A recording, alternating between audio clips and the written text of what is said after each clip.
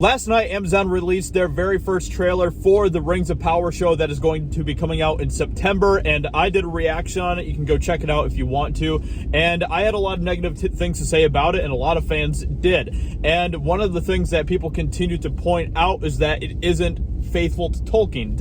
It doesn't feel like Middle-earth. It doesn't have that grandeur that we got from the Lord of the Rings trilogy from Peter Jackson. It feels very generic, and there are a lot of things that they're doing in this show that isn't Tolkien, that it can basically be summarized by something that the producer said, where they said that they wanted to basically come up with a novel that Tolkien never wrote for this show. That is a huge red flag. No, like, that is the most insane thing to say about one of the greatest authors of our time, and if not the greatest author. And so it is absolutely insane that Amazon continues to go in this direction.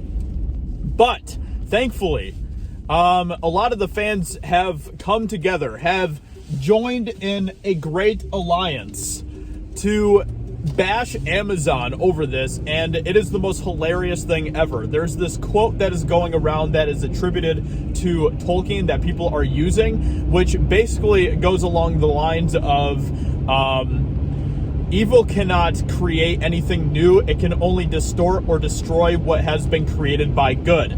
So that completely falls into the entire leftist mentality agenda out there, where the leftists, the SJWs, they don't try to create original properties to push their woke agenda in. What they do is they seize control of already established stories and already established IPs, and they use these already established, well-known stories to push their identity politics nonsense, to push their Marxist agenda in these.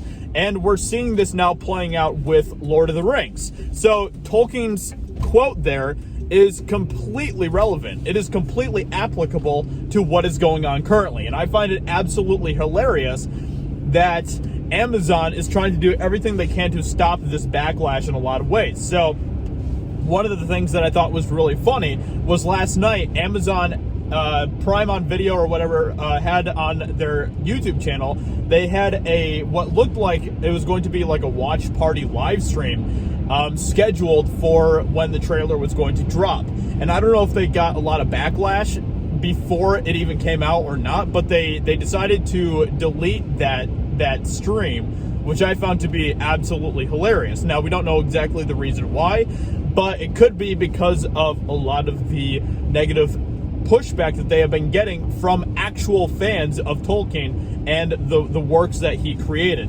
Now, it's just absolutely ridiculous what we are seeing playing out right now. It is exactly the same thing that we saw with Star Wars and with so many other IPs, where they are trying to infiltrate the beautiful, the good works of Tolkien that already have amazing, amazing things to say about things like diversity and all these different things. Like, people continue to point at like the different races in Lord of the Rings and be like, see, Tolkien was all for diversity. And it's like, well, yeah, but you're basically trying to twist what he was doing with that, because Tolkien was actually showing the power of unity in that, and not the power of diversity in that.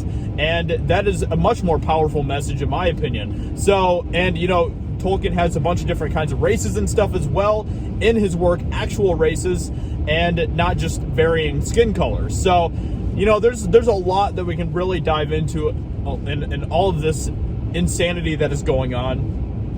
I wish that it didn't have to be this way. I wish that Amazon would have done like what Peter Jackson did with Lord of the Rings and decided to keep their politics out of it and stay true to Tolkien and stay faithful to it and not put their own personal interpretations into it. But that is not where we are at right now. Amazon could have done that, because they are a huge multi-billion-dollar company. They didn't have to try to pander to the SJW woke crowd, but that is exactly what they're doing. And it's not because that is their targeted audience per se. It is because they are trying to tarnish the good works of Tolkien. So with that being said, let me know what you think about this in the comments below. What do you think about the backlash that they have been receiving over this trailer? I think that it is absolutely hilarious and well deserved, and I hope that they continue to get more and more backlash over it. So hope you guys enjoyed this video, and I'll catch you in another one soon. Bye.